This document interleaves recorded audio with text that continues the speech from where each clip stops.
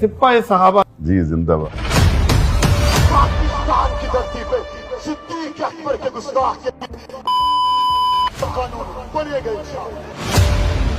वजह शोहरत आप के वालिद जो हैं मौलाना आज़म तारिक साहब, मतलब ज़बान ज़द आम है, उनका नाम आता है और सिपाही साहबा। सिपाही साहबा की बुनियाद कब डली, क्या वजूहात थी जो सिपाही साहबा को लाया गया? पाकिस्तान में इसकी ज़रूरत उस वक्त महसूस की गई जब 79 में ईरानी इनकलाब आया और वहाँ से बहुत बड़ी तादाद में उर्दू ज़बान में लिटरेचर छपकर पाकिस्तान में आया और उस लिटरेचर में सहाबा इकराम रज़ी अल्लाह अन्हुम अजमाइन के बारे में ऐसी तहरीरें मौजूद थी जिनको ज़बान पर लाना भी मुमकिन नहीं।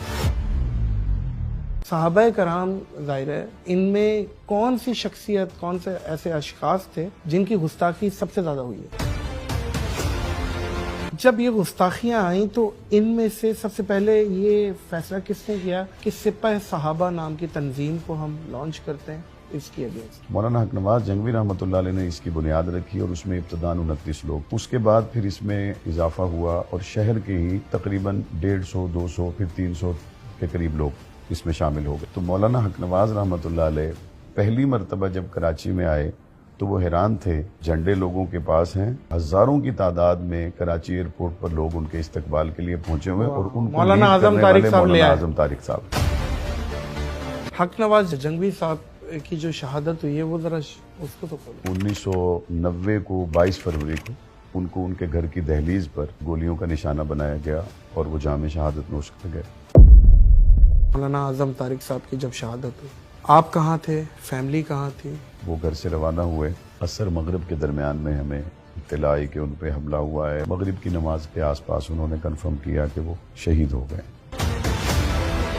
थोड़ा सा हमले की डिटेल बताएंगे, किस तरीके से हुआ था? लोग बाइक पे थे या क्या थे? टोल प्लाजा के एक गेट से अब्बू जी की गाड़ी क्रॉस हो रही थी और दूसरे से लैंड क्रूजर पे हमलावर की गाड़ी गुजरी। उन्होंने गाड़ी सामने लाकर जो फ्रंट सीट, दरमियान वाली और उससे पीछे वाली तीनों सीटों से एकदम उन्होंने बर्स्ट खोल ब्रेस्ट खोल दी।